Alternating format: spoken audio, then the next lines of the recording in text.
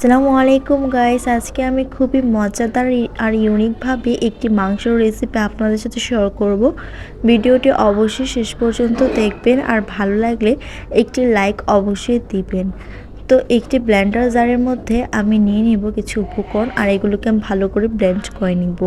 তো দিয়ে দিলাম এখানে শুকনো মরিচ 7 থেকে 8টা, কাঁচামরিচ দিয়ে দিলাম 4 থেকে 5টি, তারপর দিয়ে দিলাম পেঁয়াজ কুচি, টমেটো আর দিয়ে দিলাম ধনেপাতা, আস্ত জিরে আর এলাচ দেওয়ার পর ভালো করে ব্লেন্ড করে নিলাম।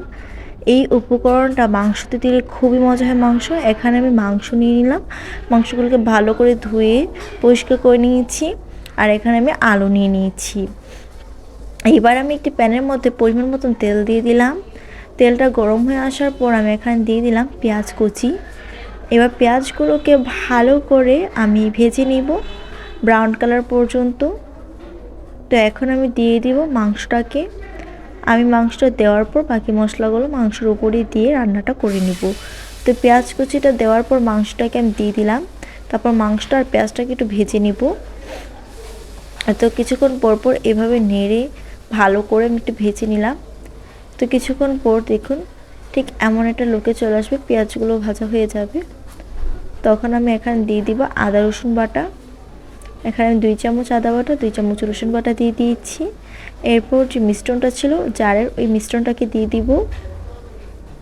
তারপর এখানে আমি আরও কিছু মশলা অ্যাড করব। মিশ্রণটাকে ভালো করে মাংসটার সাথে আমি একটু নেড়ে দিলাম, মিশিয়ে নিলাম। এবার আমি বাকি কিছু মশলা দিয়ে দিব।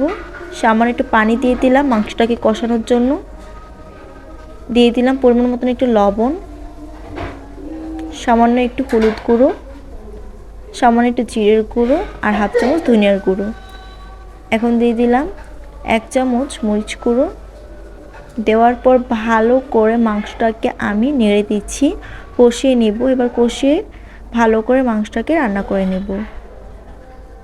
কিছুক্ষণ পর মাংসটা এরকম শুকনো শুকনো হয়ে আসবে আর ভালো করে মুরগিটা কষানো হয়ে যাবে। কিছুক্ষণ এভাবেই নাড়তে থাকবো। নাড়তে নাড়তে দেখুন ঝোলটা কতটা ঘন হয়ে এসেছে। গ্রেভিটা কিন্তু খুব ভালো করে হয়ে যাচ্ছে আর মাংসটাও কিন্তু খুব ভালো করে কষানো হয়ে যাচ্ছে। একদমই শুকনো শুকনো করে নেব মাংসটাকে। তো কিছুক্ষণ পর পর নাড়ার পর আমি এখানে দিয়ে দেব আলুটাকে। আলুগুলোকে আমি 2 ভাগ করে নিয়েছি। আর এই তো দেখুন কিছুক্ষণ রান্না করার পর কিন্তু মাংসটা আরও বেশি কষানো হয়ে যাবে আর শুকনো শুকনো হয়ে যাবে। আর কিছুক্ষণ রান্না করার পরই কিন্তু মাংসটা রান্না কিন্তু একদমই কমপ্লিট হয়ে যাবে। জাস্ট দেখুন এখন কতটা শুকনো শুকনো হয়ে গিয়েছে। অনবরত নেড়ে যেতে হবে। এইভাবে ভালো করে একদম ভালো করে কষিয়ে কষিয়ে মাংসটাকে আমি রান্না করে নিচ্ছি। এই সেম প্রসেসে কিন্তু রান্না করলে কিন্তু আপনারা অনেক খুব ভালো একটা রেসিপি পাবেন। তো এখানে আমি একটু পানি দিয়ে দিয়েছি।